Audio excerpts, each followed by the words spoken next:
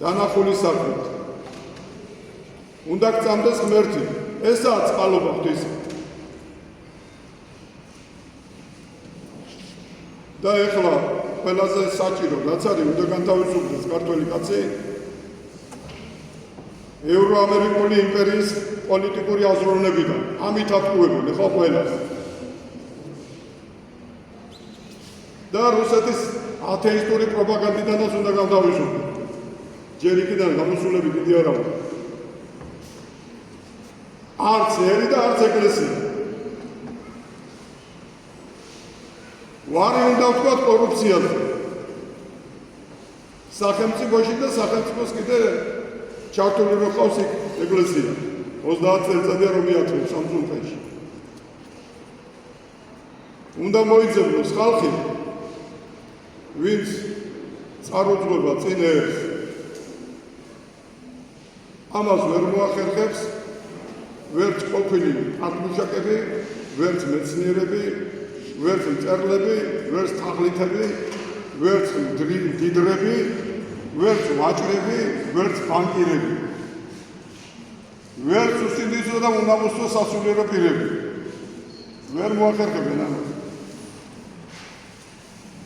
რომელიც მალყოფილდება გემოვნებით. უნდა მოიძებნოს მამულიშვილები, ენის, მამულის და სარწმუნოების ჯვრის მკვლელები. აი გავიგე რომ ენა მამული და სარწმუნოება როგორც თქვეს, აყალიბებენ პარტიას ეხლა ენა მამული და სარწმუნოება. ერთხელ ახალციხეში წავიღავი გავიყარე ერთი რესტორნის დირექტორი და უთხარი სამ წუთში შეცვლი მეთქი იქ რაც გიწევია. ვარზი ეწერა რესტორანს. აი twin-ში რო გაატარა ხე ვარზი შეეწერა რესტორანს ეწოდა. არ არსებობს სხვა სიტყვა კაცო. რო ეს ვარზი არ დაარეგისტრირდა ეგინა მაინდა-მაინც. ვარზი არის სალოცავი კაცო. კულტურის შესანიშნავი ძეგლი და შენ რესტორანში გადმოდი. ენა მამული და სარწმუნოების პარტია რას ნიშნავს? და ვინ დაარსებს ამას? ყოფილი ნოთი ვითამ ნიჭიერი პოთე და ასე და კიდევ რაც ხალხები და აგვიებას მომღერლები. ოდა ეს ჩვენ ფართოდ გადაი აღიარებს ამით ჟურნალში ამიდან მოწვა ქართული დაგესრულების ამისი ფორმულირება ილია მოგცა ენა მამული და სარწმუნოება. ეს ჩვენი ფორმულა. ეს პარტია არ იქნება.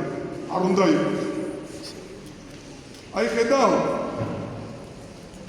თვითონაც მისი შვილიშვილები ამერიკაში ისდებიან და აქ მეუნება ენა მამული და სარწმუნოება უნდა შეეცვლათ ისინი ნერგავენ კიდე ამას. როგორც იქ თავრობა შეცვალეს და სისტემას ისე აკეთებენ აქაც. არ უნდა მოტყუნდე და რო არ მოტყუნდე უნდა იცოდე. რო იცოდე უნდა იცხოვე. ხოდა მაშინ დაინახავ ვინ არის გონიერი და ვინ არის ერის მტვირთველი.